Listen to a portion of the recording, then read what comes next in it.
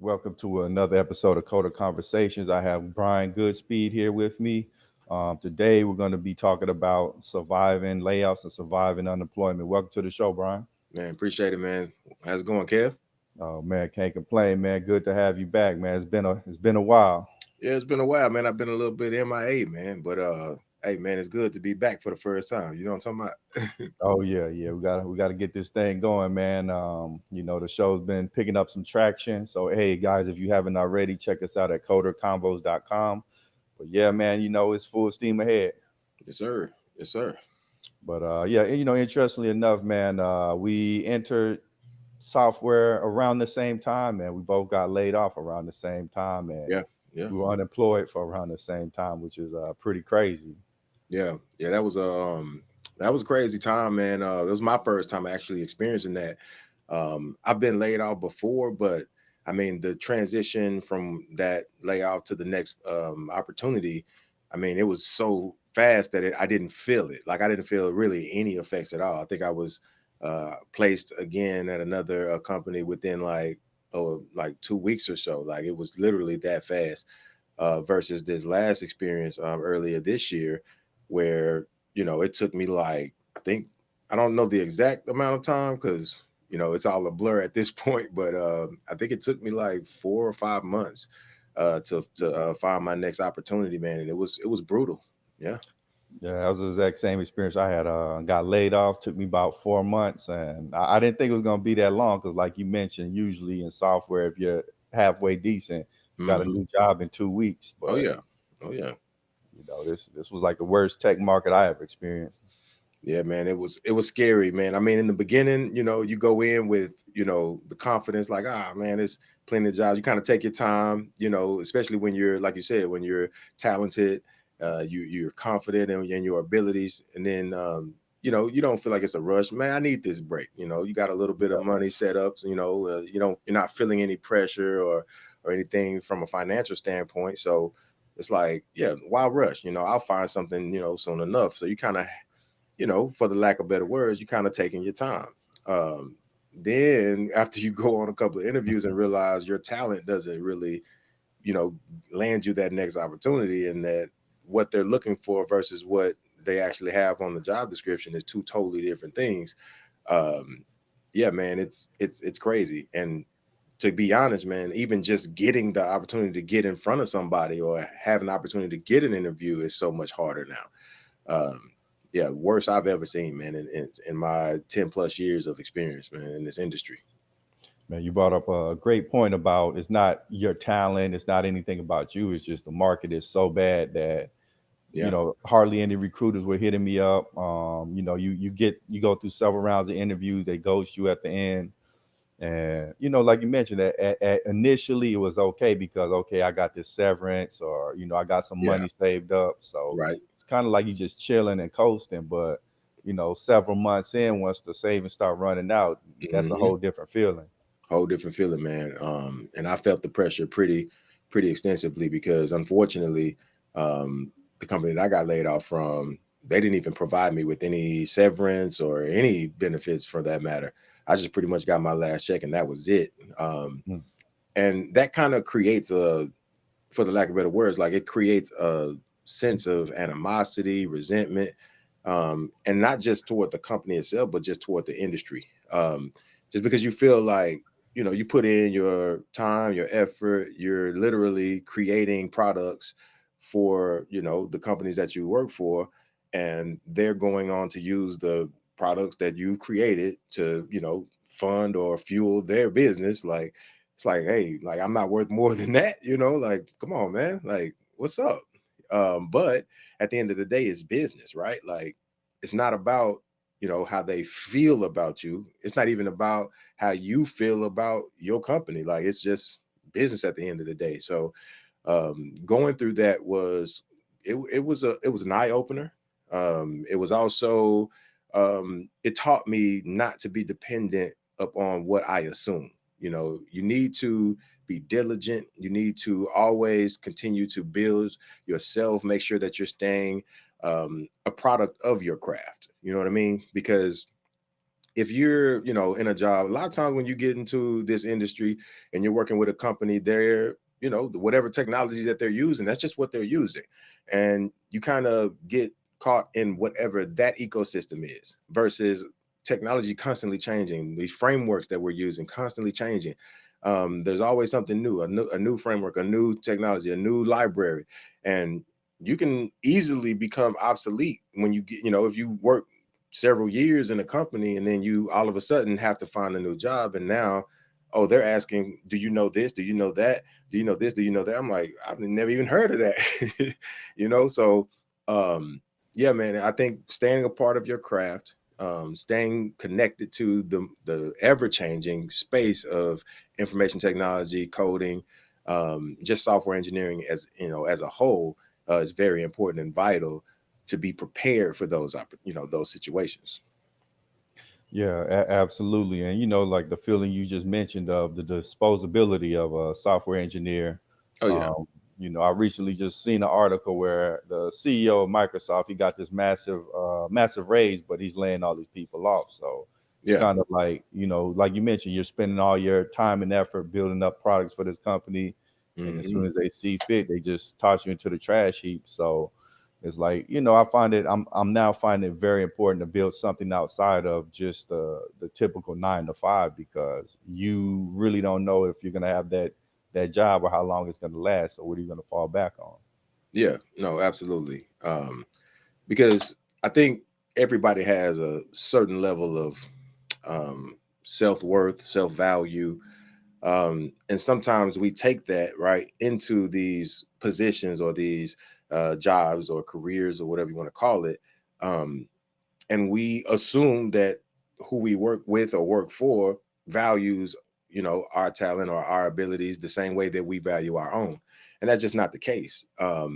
You are there for a particular, you know moment, or whether that's this particular project, this particular time span, or even if you're with them long term, you're only as valuable as what you can produce and what they need you for in the moment that it's required. So, you go to your sprint planning and they're like, hey, we need this done, da da da da. You commit to this. That's your worth right there. You're worth what you commit to during that sprint.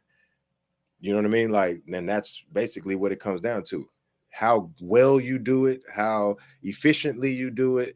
A lot of times that doesn't even matter, because if you say you got 2 week sprints, I'm gonna do this particular feature or add this particular or fix this particular bug during this particular time span, that's your worth right there. And anybody in their eyes can do it. You just happen to be the one that they have in place. Yeah, absolutely. A lot of times we kind of get this ego, like we're so special, we're bringing something that can't be replaced. But Yeah. the minute you're gone, 2 weeks later, nobody even really remembers you. So, Yeah. Yeah. um, so it's kind of like, yeah, work hard for a company, but if you really want to get ahead, you have to start establishing something outside of the 9 to 5 if you really want to be rewarded for the amount of effort you're putting in. Because I know you really put in a lot of work at that company, but you no longer reap any fruits because once they let Right. you go, you're Yeah. gone. Everything I built, everything that I created is no longer mine. Like, it's, even if I see, that product later down the line and it's, generating or, you know, touching millions of people, it's not no longer, me. Like, that's no longer mine. And I look at coding as an art, right? Like, that's kind of part of how I got into coding is, you know, I'm an artist naturally, and I'm also a tech head. Like, I love tech. And so coding kind of helped me satisfy both of those parts of me. Like, I can exercise, my love for technology, but at the same time, I can create, like I said, like an artist through this code. And, when I create an app or, you know, anything like that, it's it's like that's my baby. Like, that's part of what I've created. That's who I am, and that's a piece of me. And so to be able to see something like that touch millions of people, or have whatever the case may be, whatever the scale is, it still doesn't take away from the fact that I have a piece of me out there. And to be thrown to the side, like, no, this is ours, not yours, it's, it's kind of difficult to deal with. You know what I mean? Like, it's kind of hard. That's a tough pill to swallow. Yeah, it could definitely rub you the wrong way, when you put all your blood, sweat, and tears into this product, and Hmm.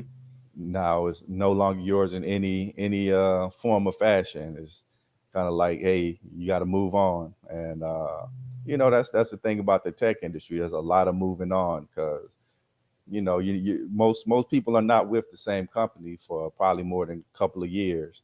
Yeah, that Um, seems to be the case nowadays, like especially in tech. And the sad truth is that it's easy to become complacent at a company. You get comfortable. You basically, it just becomes your job. You don't, you kind of slowly lose your passion for your art or your craft, and you're just collecting a paycheck.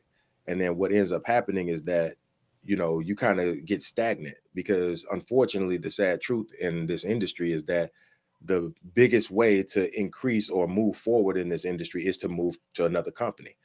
Take what you've learned and the value that you've built at this company and use that to elevate yourself to, you know, better or a more valuable place somewhere else. Because a lot of times, and it took me a while to understand this, but a lot of times it's not necessarily about what you're worth versus what somebody can afford to pay you. You know what I mean? So I mean, let's just be honest. Yes, if you're at a Microsoft or a Google or any of the FANG companies, they have what seems to be an exorbitant amount of money, right? I can pay you whatever, because at the end of the day, we have that much we have that much resources. You go to a small startup or something like that, they might not have the funding. It's not that you aren't as great as you are or valuable as you are. It's just that I can't afford to pay that much. So and then when you pair that with, you being laid off and you needing an opportunity, sometimes you just have to take that step back to get back, solid, get a good foundation to springboard off that again, which is kind of where I'm at this point. Yeah, it's pretty interesting. A company is gonna typically go with the lowest cost bidder, so to say, Oh because yeah. in the job marketplace, they the cost that typically they're thinking about the immediate cost. It's kind of like if we're hungry, we're not always gonna go pull up to this fancy steakhouse. We just need Hmm. something to satiate our hunger, so we're gonna pull into McDonald's of Chick-fil-A. And Yeah. sometimes these companies look at it like that. You have this immense amount of skill. You want 170K.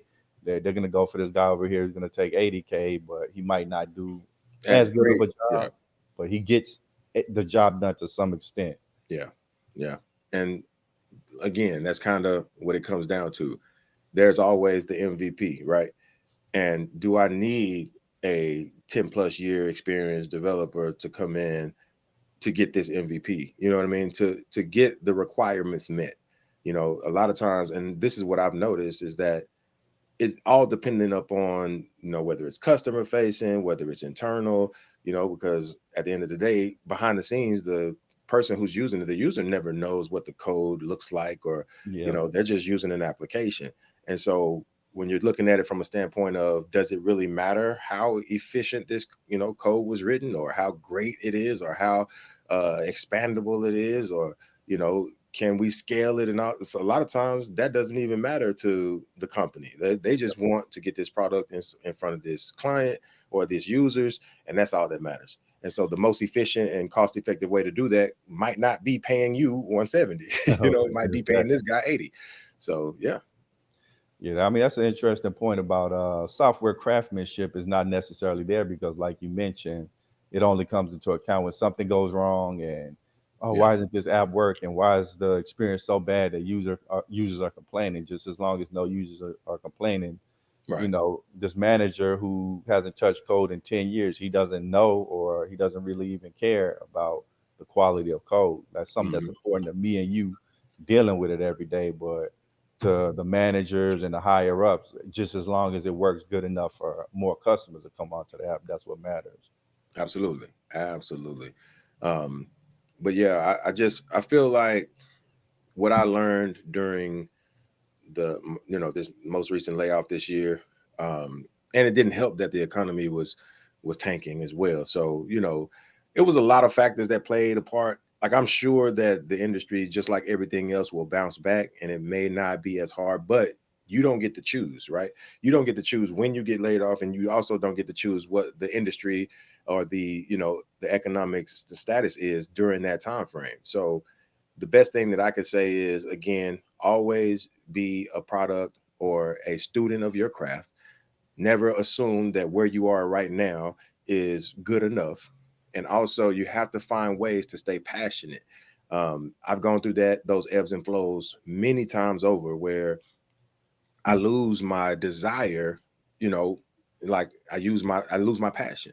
And so that causes me to go into this kind of stale state where I'm just not learning. I'm not, you know, like you remember how we used to do back in the day, man. We Yeah. would leave work, and then go home and code some more. Like, because just we were just that into the process, man. We were just that ingrained into the industry. Man, I can't remember the last time I've, coded outside of my job. It's Right. been a while. And it's not because the value isn't there anymore. It's just that, again, you kind of lose the passion. So I would say, like I said, keeping that learning process going.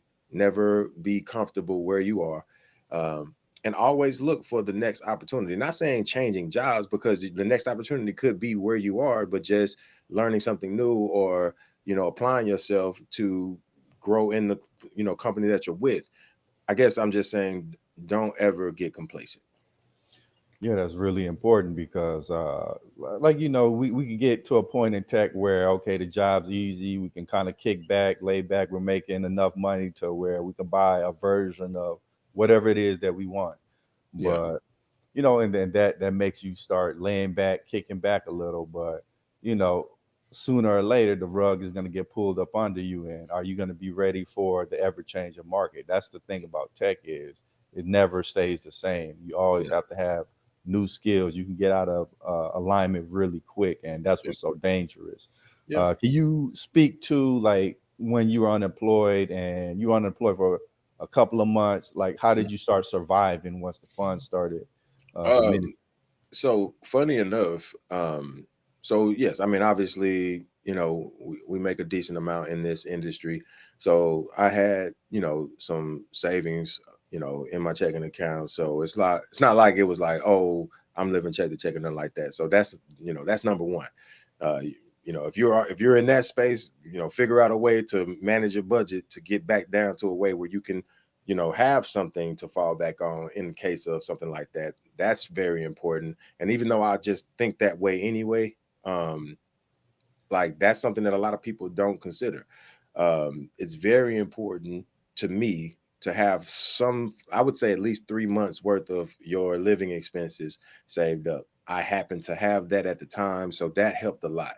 Um, I think the other big thing, is managing my money, managing my spending. So the things that I would be, kind of frivolous about, kind of tighten up on some of those things. Like you said, I don't need to go out to these fancy restaurants. Maybe I need to start cooking more at home.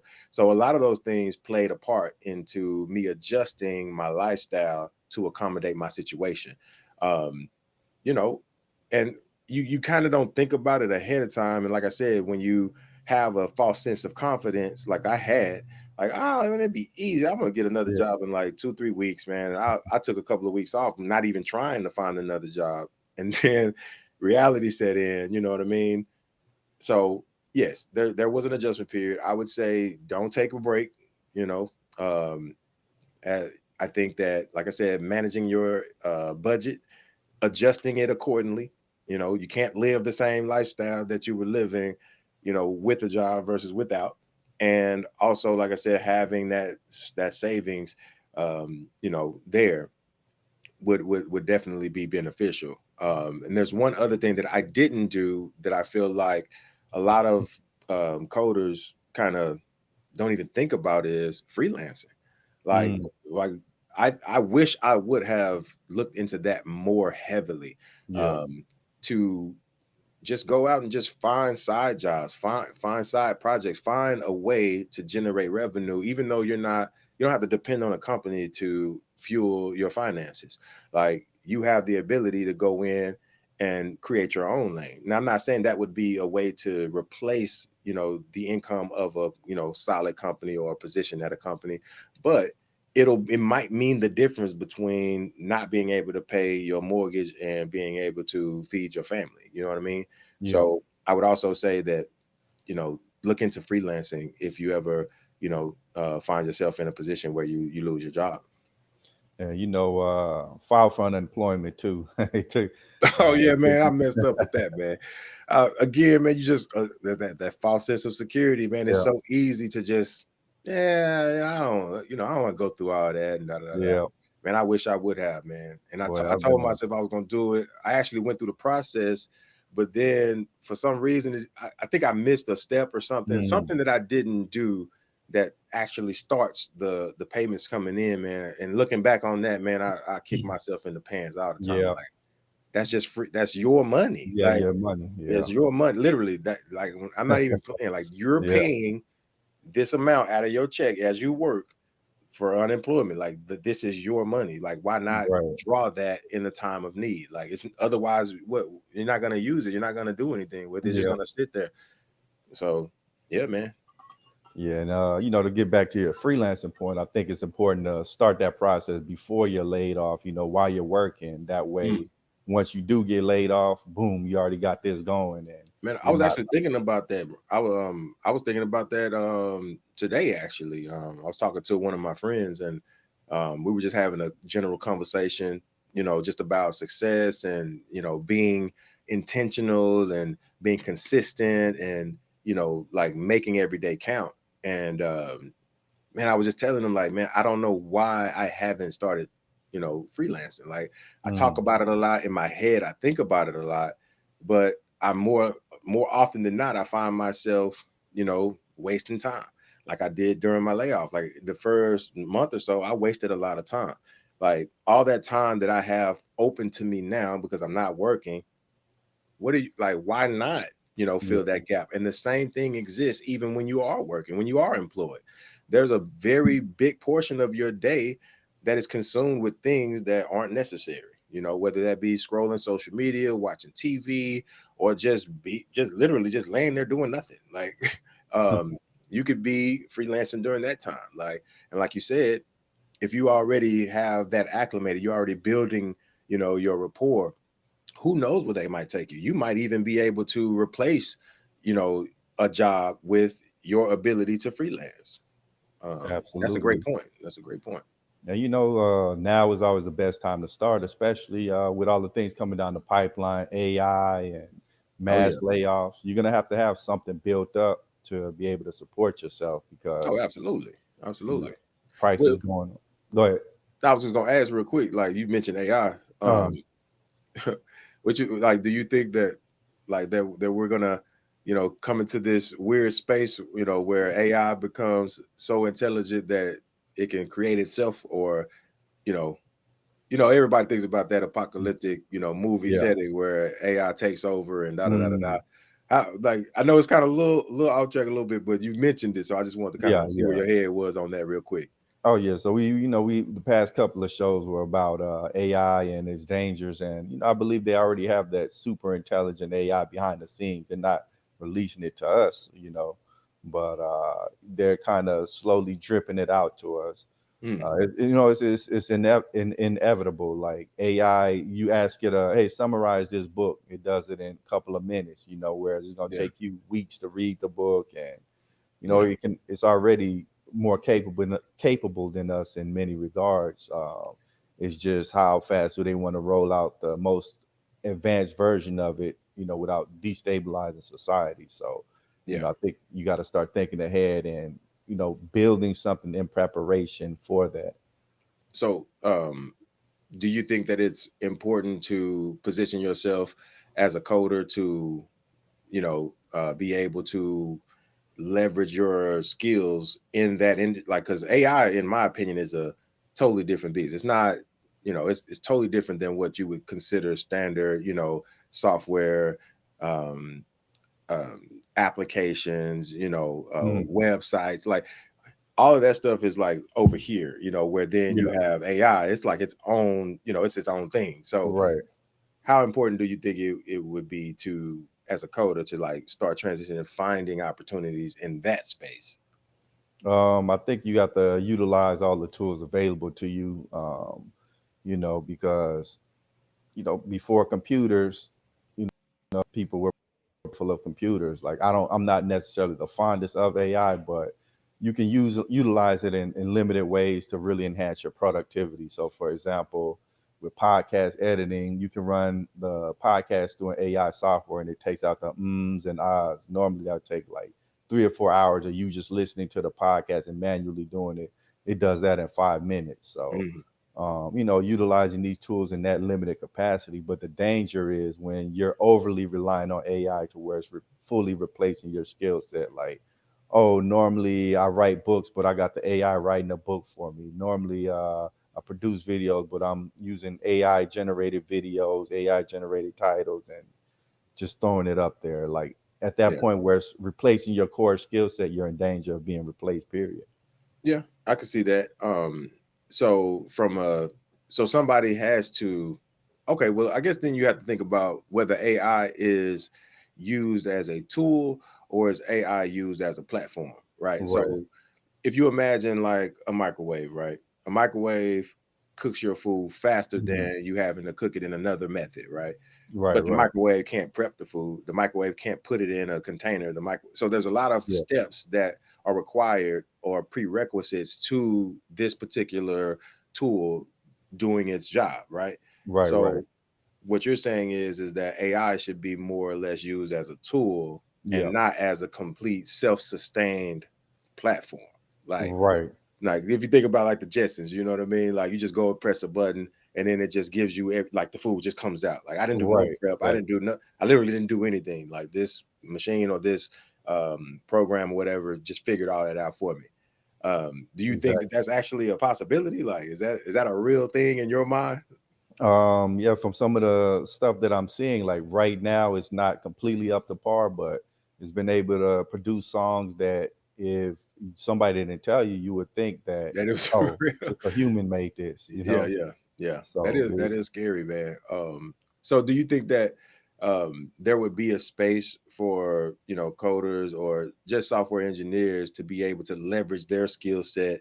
Like we're talking about freelancing and things like that. yeah, Like to be able to take advantage of your skill set in its current space, because right right. now, yes, there still needs to be tools that are created to utilize, you know, this level of technology, right? Like Mhm. AI is not creating itself, right? It's not Right, right. presenting itself in a UI or in a program. Like somebody has to put it there and connect the pieces and Yeah. present that as a product. So do you feel like that this industry should be leaning more toward that, since that's where we're going, or you're saying that we should be more or less fighting against that to protect our job security?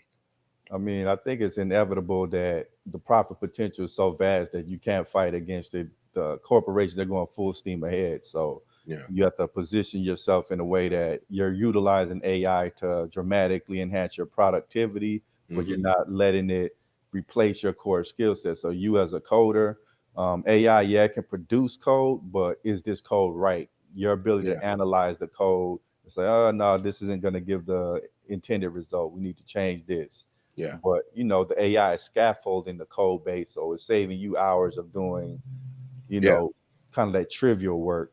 Right, right, right. But Yeah, because you, I definitely Mhm. use code assistance in VS Code for sure. Like at first I was like, yeah, I don't need that. But then as I use it and it learns, things about not only my code that I'm writing actively, but the code that I've written before. Like it literally can see code, not just from my own code base, but code right, base from other people that are using similar tools and technologies. So, if I'm coding a React component, like it kind of knows what the structure of a React component looks like. And so it can basically tell me, oh, well, this looks right because this is what a lot of other people have done, including Mhm. yourself in previous things that you've written. Is this what you mean? And I'm gonna be honest, man, it's getting more like the more I use it, the more I'm like, okay, this thing actually knows what it's talking about. Yeah, And so I don't rely is a strong word. I don't rely on it, but it does make me feel a little bit more efficient, like Hmm. where I don't have to type out these extra characters. And if you do that enough, if you think about how many characters you've typed out in your career, right? Right, right, If you can cut that in half, think about how more efficient we can, develop. So right. I agree with you in that aspect. It needs to be compartmentalized into a tool only. Mm, At the exactly. point that we're creating AI that can create programs, then what am I doing? You know what I mean? Right, right. Yeah. And ultimately, I think we have to start defining ourselves by not by the tools, but by the end results. Like I'm capable of delivering this end result, meaning, Mhm. okay, I'm not a JavaScript developer. I'm a person who could deliver an application to you utilizing a variety of different means. So, Yeah. I Yeah. might utilize JavaScript, but also scaffolded out a bunch of this with the AI because, like say, um, you go to a restaurant, you don't care how they cooked it, you just care about does this taste good. You Right. don't care, oh, they cooked it on top of some stones or they cooked it on the grill, they cooked it in a skillet. Like if it Yeah. delivers the taste you want at the price you want, you're gonna get it. So I think we got to start thinking like that, and instead of being, oh, I'm a JavaScript developer, I'm somebody that uses this tool, and this tool to accomplish this result. Mm. Yeah. I think that goes back into, what I was saying before, where, Mm. never be comfortable with where you are. Yep. I have a perfect example. Like I've been an Angular developer my entire career, but this layoff taught me something. Well, that may not be where you need to just stay. Like I Yeah. transitioned into a React role, and now I'm, increasing my range. Like I've learned a lot in Angular, but I'm not learning a lot more. Like I learned the majority of my Angular experience earlier in my career, where now, where I just went through this layoff and I'm back in the market, and there's more React opportunities than Angular, and I'm like, oh well, it wasn't like that when back in my day. Like when I started this process, like Angular was the king. But that's just an example of Right. continuously being a product, what I'm saying, or a student of your craft. Because if I dabbled in React, so I knew what it was. I've, coded in it a little bit, but I wasn't like ingrained in it. Like I couldn't go to somewhere and be like, oh yeah, I know that for sure. Like it was more or less, I know the concepts, or I know a little bit about it, but it's different when you go in with the confidence, like, oh yeah, I can do whatever you need me to do in this. And Right. that's where I found myself like kind of getting reinvigorated, where I'm using this time off to, train myself, learn a new technology, learn these things, and learn about what I should have already known. Because if I would have stayed, boots to the ground in this industry, I would have known that React is starting to become, the leading uh, framework or library, I should say, in this industry. So you need to Right. learn that, whether you're Absolutely. using it at your job or not. Exactly. Always progress. But yeah, man, I think this is a fantastic note to end this episode on. Did you have any closing thoughts you want to leave with the audience? And again, just on subject matter, never get complacent. Stay a student of your craft, and like I said before, always have something to fall back on.